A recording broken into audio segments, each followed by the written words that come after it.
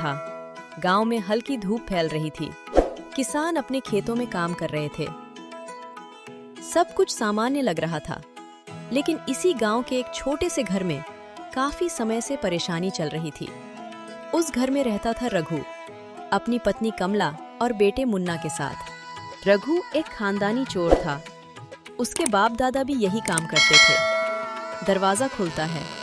रघु धीरे से अंदर आता है। उसके चेहरे पर थकान साफ दिख रही थी। वो अपनी झोली जमीन पर रख देता है। कमला जल्दी से झोली खोलती है। अंदर थोड़ा सा सामान देखकर उसका चेहरा उतर जाता है। कमला नाराज होकर, बस इतना? इससे घर कैसे चलेगा? रघु चुप रहता है। तुम्हारे बाप दादा बड़े बड़े खजाने लाते थे और तुम ठीक से खाना तक नहीं जुटा पा रहे। कोने में बैठा छोटा मुन्ना ये सब सुन रहा था। वो दौड़कर रघु के पास आता है। मुन्ना, बाबा आप चिंता मत करो, मैं बड़ा होकर आपसे भी बड़ा चोर बनूंगा। रघु ये सुनकर एक पल के लिए चुप हो जाता है। ये बात रघु के दिल को कहीं न कहीं चुभ गई, लेकिन हालात ऐसे थे कि वह कुछ कर भी नहीं पा रहा था। उसी दिन उसने तय किया कि अब उसे कुछ बड़ा करना ही होगा। अगले दिन रघु जंगल की ओर निकल पड़ा। वह एक झाड़ी के पीछे छुप गया और किसी राहगीर का इंतजार करने लगा। थोड़ी देर बाद एक व्यापारी वहां से गुजरता है। रघु अचानक सामने आ जाता। होल्स, रुक जाओ, जो कुछ है दे दो। व्यापारी डर जाता है और अपना सामान छोड़कर भाग जाता है। रघु सामान उठाता है और घर लौट जाता है। घर में कुछ दिनों तक सब ठीक चलता है।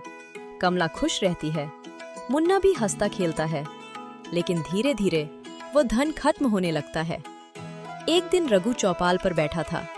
वहाँ एक किसान भीखा रो रहा था। जमींदार ने मेरा खेत छीन लिया, मैं कर्ज नहीं चुका पाया। रघु ये सब सुनता है। रघु के मन में एक विचार आता है, अगर चोरी करनी है तो ऐसे लोगों से करनी चाहिए। रात को रघु जमींदार के घर जाता है और बहुत सारा धन चुरा लाता है। अगले दिन गांव में खबर फैल जाती है, जमींदार के घर चोरी हो गई। लोग खुश थे। कुछ समय बाद रघु जंगल में एक संत से मिलता है। बेटा, क्या करता है तू? मैं चोर हूँ और यही मेरा काम है। संत मुस्कुराते हैं। ठीक है, चोरी मत छोड़ो, लेकिन मेरी 3 बातें मान लो। कभी झूठ मत बोलना, चोरी का सामान पहले भगवान को अर्पित करना, मंदिर दिखे तो रुककर दर्शन करना। रघु तुरंत मान जाता है। अब रघु हर जगह सच बोलने लगा। मैं चोर हूँ। लोग उसकी बात को मजाक समझते और उस पर भरोसा कर लेते। धीरे धीरे उसकी जिंदगी बदलने लगती है। एक दिन रघु सोचता है, अब एक आखिरी बड़ा काम करना है। वह राजा का घोड़ा चुराने की योजना बनाता है।